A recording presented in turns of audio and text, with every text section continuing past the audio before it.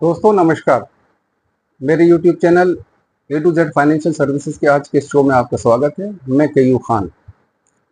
दोस्तों, कल मैंने एक प्रोग्राम किया था निपॉन इंडिया ग्रोथ फंड के ऊपर, जिस पर आज बहुत लोगों के व्यूज आए, बहुत लोगों ने देखा। YouTube पे भी लगभग 1200 से ज़्यादा लोगों ने देखा। फेसबुक पर, YouTube पर भी वो देखा जा रहा है।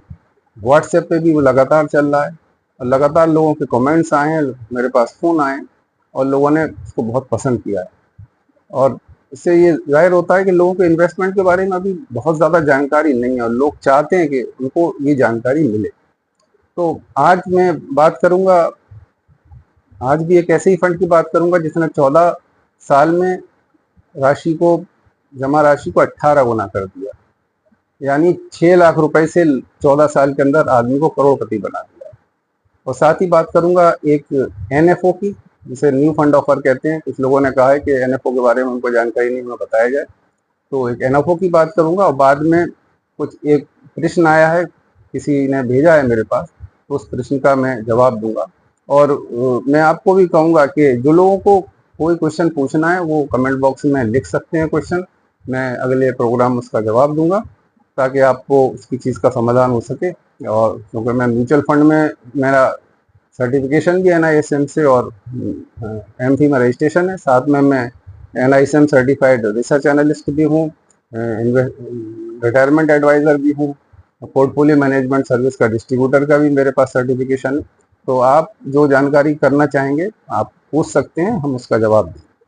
तो सबसे पहले उस फंड के बारे में बात करेंगे जो 14 साल में 18 गुना हो गया। आप बैंकों में जमा करते हैं, कितना होता है? कल भी मैंने आपको बोला था कि 7%, 8%, और बहुत प्राइवेट कंपनी में कर दिया, किसी कॉर्पोरेट में कर दिया तो 9%, इससे ज़्यादा नहीं होता। तो कितना रेट होगा? 7% से अगर हम जमा करते हैं तो कितने दिन में हमारा राशि दूनी होगी? एक फॉर्मूला होता है 72 का। 72 का फार्मूले का मतलब होता है 72 में रेट ऑफ इंटरेस्ट से भाग दे दिया जाए, तो जो आएगा उस पीरियड में हमारा पैसा दुगना होगा। यानी अगर हमारा 7% रेट ऑफ इंटरेस्ट है और हम 72 में उसका भाग दें तो लगभग 10 साल में हमारी राशि दोगुनी होगी। तो अगर 1 लाख रुपए हमने 2010 में जमा किए होते तो 2020 में 2 लाख हो जाते हैं, 2024 में आप बहुत मान ली तो 2.5 लाख हो जाते। यही निपॉन इंडिया का small cap fund, Nippon India का स्मॉल कैप फंड जो 2010 में ही शुरू हुआ था, सितंबर 2010 में। इस फंड की 10 रुपए की NAV पे ये स्टार्ट हुआ था। 14 साल अभी पूरे होने को हैं। फंड की NAV है 31 जुलाई 2024 को 180 रुपए, यानी 18 गुना ये फंड बढ़ गया है अपनी NAV नेचुरल रेट से, जो 10 रुपए का इश्यू प्राइस था। तो इसका क्या मतलब हुआ कि अगर हमने 1 लाख रुपए सितंबर 2010 में जमा किए होते तो 14 साल में वो 18 लाख हो गए होते, या 6 लाख जमा किए होते तो आज उसकी वैल्यू होती 1 करोड़ 8 लाख रुपया। यानी 1 लाख रुपए अगर हम जमा करते तो 14 साल में 18 लाख होते, यानी हर साल 1 साल में 1 लाख रुपए के हमारा लगभग 1,28,000 रुपए बढ़ते। जबकि हम किसी टर्म डिपॉजिट में या पोस्ट ऑफिस में जमा करते तो 10 साल में 1 लाख रुपए के 1 लाख होते, वहां 1 साल में 1 लाख के 1.25 लाख रुपए हमारे बढ़ गए। ये ताकत है म्यूचुअल फंड की। वहीं अगर हम SIP करते 2010 में, सितंबर 10 में, 13 साल लगभग हो गए हैं, तो 13 साल के हिसाब से अगर हम जोड़ लें कि 13 साल के लिए हमने SIP की होती तो टोटल हमारा 15,60,000 रुपए जमा होता। लेकिन रिटर्न कितना आता? आज उसकी वैल्यू कितनी होती? तो वैल्यू आज आप उसमें भी करोड़पति हो चुके होते, उसकी वैल्यू होती 1 करोड़ 13 लाख रुपए। दोस्तों, ये ताकत है म्यूचुअल फंड के रिटर्न्स की और कंपाउंडिंग की, जिसकी वजह से इतना भारी रिटर्न मिल रहा है। तो आप लोग जो अब इन्वेस्ट करना चाहते हैं अपनी रिस्क प्रोफाइल के हिसाब से इन्वेस्ट करें, चाहे वो निपॉन इंडिया ग्रोथ फंड हो या निपॉन इंडिया का आज मैं स्मॉल कैप फंड की बात कर रहा हूँ वो हो, तो उसकी बात उसके हिसाब से आप इन्वेस्ट करें। लेकिन ये बात आप नोट करें, तो समझ लें कि म्यूचुअल फंड मार्केट इसके अधीन होते हैं और हमें कोई भी इन्वेस्टमेंट करने से पहले संबंधित डॉक्यूमेंट्स की जांच करनी चाहिए। स्टडी करना चाहिए या अपने सलाहकार से, निवेश सलाहकार से सलाह लेनी चाहिए। और इसी बीच मैं आपसे कहूँगा कि हमें लाइक करें, शेयर करें, सब्सक्राइब करें, ताकि हमको प्रोत्साहन मिले और भी हम वीडियो बना सकें आप लोगों के लिए। दूसरी बात करूंगा एनएफओ के बारे में कि किसी ने पूछा है कि एनएफओ के बारे में बताइए। तो एनएफओ का मतलब होता है न्यू फंड ऑफरिंग। जैसे कोई नई कंपनी अपना इशू लाती है तो उसे पब्लिक इशू, आईपीओ कहते हैं, इनिशियल पब्लिक ऑफरिंग। इसी तरह जब कोई इशू फंड शुरू होता है तो वो एनएफओ के थ्रू आता है। एनएफओ के थ्रू ही फंड को इकट्ठा किया जाता है। मान लो निपॉन स्पॉल फंड है, जब ये सितंबर 2010 में आया होगा तो इसका एनएफओ आया होगा, और एनएफओ वो एट पार देते हैं, 10 रुपए यूनिट है, 10 रुपए में आपको अलॉट करें। तो अभी वर्तमान में जो मैंने देखा तो एक अच्छा एनएफओ जो चल रहा है, Aditya Birla Sun Life Nifty India defence index fund. Aditya Birla Sun Life Nifty India defence index fund.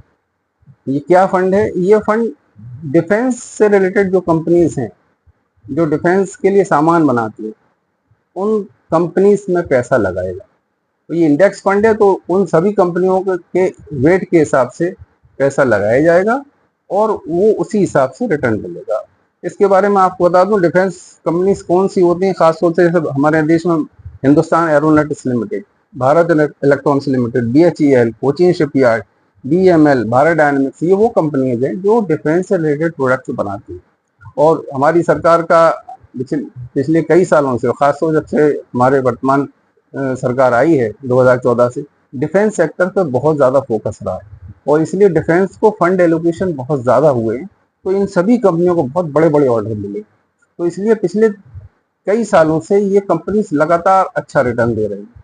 इसी से प्रेरित होकर ये आदित्य बिरला सन लाइफ ने ये फंड लॉन्च किया है। ये फंड 23 तारीख को बंद हो जाएगा और उसके 10 दिन बाद ये फंड रीओपन होगा रिपर्चेज के लिए या रिडेम्पशन के लिए। तो जो लोग इसमें निवेश करना चाहते हैं वो एक बात दिमाग में रखें कि ये एक थीमेटिक फंड है, सेक्टर फंड है, और इसमें कम से कम आपको 5 से 7 साल का टाइम होराइजन दिमाग में रखना होगा। आप लोगों में से जो लोग भी एनएफओ में या किसी दूसरे म्यूचुअल फंड में, स्मॉल कैप में, Nippon small cap, Nippon growth में इन्वेस्ट करना चाहते हैं, वो हमारे लिंक इसमें यूट्यूब डिस्क्रिप्शन में जाकर या फेसबुक के नीचे कमेंट्स में जाकर हमारा लिंक पर क्लिक करके अपना रजिस्ट्रेशन करा सकते हैं और इन्वेस्ट कर सकते हैं। साथ ही फिर आपसे रिक्वेस्ट है, आप लाइक करें, सब्सक्राइब करें, शेयर करें, ताकि बहुत और लोगों तक भी जानकारी पहुंचे, हमें भी प्रोत्साहन मिले। और लास्ट में सिर्फ एक क्वेश्चन कि किसी ने पूछा कि सर म्यूचुअल फंड इतना रिटर्न कैसे दे देते हैं? तो मैं सिंपल कहूँगा कि 2 चीजें होती हैं, एक टाइम होराइजन और दूसरा कंपाउंडिंग। टाइम होराइजन का तो आप ऐसा समझ लीजिए कि एक आदमी है जिसकी उम्र 25 साल, वो तभी सोचता है कि मैं 60 साल का जब हो जाऊंगा तो मुझे एक मोटे फंड की जरूरत पड़ेगी, तो मैं अभी से इन्वेस्ट करना शुरू कर दूं। वो 10,000 रुपए की एसआईपी लगा देता है और 35 साल तक वो एसआईपी लगाता है। इस 35 साल में उसका कुल पैसा जमा होता है 42 लाख रुपए और उसको पैसा मिलता है कुल 17 करोड़ 11। वहीं दूसरा आदमी है, वो सोचता है मौज मस्ती करो, अभी उसके साथ वो हालांकि लगाता है, लेकिन उसका अभी मौज मस्ती करो, अभी क्या जरूरत है पैसा बचाने की, बहुत लंबी उम्र पड़ी। और वो 10 साल बाद, 35 साल बाद वो जागता है, सोचता है अरे नहीं मुझे भी करना चाहिए यार, इसने तो कर लिया और मैं नहीं कर पाया, तो वो भी शुरू कर देता है। तो 10 साल की पीरियड उसने निकाल दिया, 12 लाख रुपए उसके जो पहले वाले के 12 लाख रुपए ज्यादा जमा हुए, उसके 12 लाख कम जमा हुए। अब वो 35 साल से इन्वेस्ट करता है, 60 साल की उम्र तक करता है और उसका कुल पैसा जमा होता है 30 लाख रुपया। लेकिन उसको रिटर्न कितना मिलता है? उसकी फंड की वैल्यू होती है सिर्फ 3 करोड़ 60 लाख। पहले वाले की होती है 12 करोड़ 51 लाख, 17 करोड़ 11 लाख रुपया, और इसकी होती है 3 करोड़ 60 लाख। जबकि पैसा कितना कम हुआ जमा? सिर्फ 12 लाख रुपए। 12 लाख रुपए ने कितना फर्क ला दिया? 12.5 करोड़ का। This is the difference of compounding. Compounding तभी होगी जब हम लंबे टाइम तक बने रहेंगे। तो इन्वेस्ट करिए, लंबे टाइम तक का होराइजन रखिए, लॉन्ग पीरियड के लिए इन्वेस्ट करेंगे तो मार्केट में चाहे अप्स आए या डाउन्स आए, मार्केट डाउन हो जाए, ऊपर चला जाए, आपको कोई फर्क नहीं पड़ेगा, आपका फंड लगातार बढ़ता रहेगा।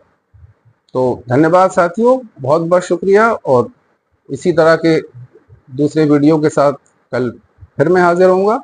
नमस्कार।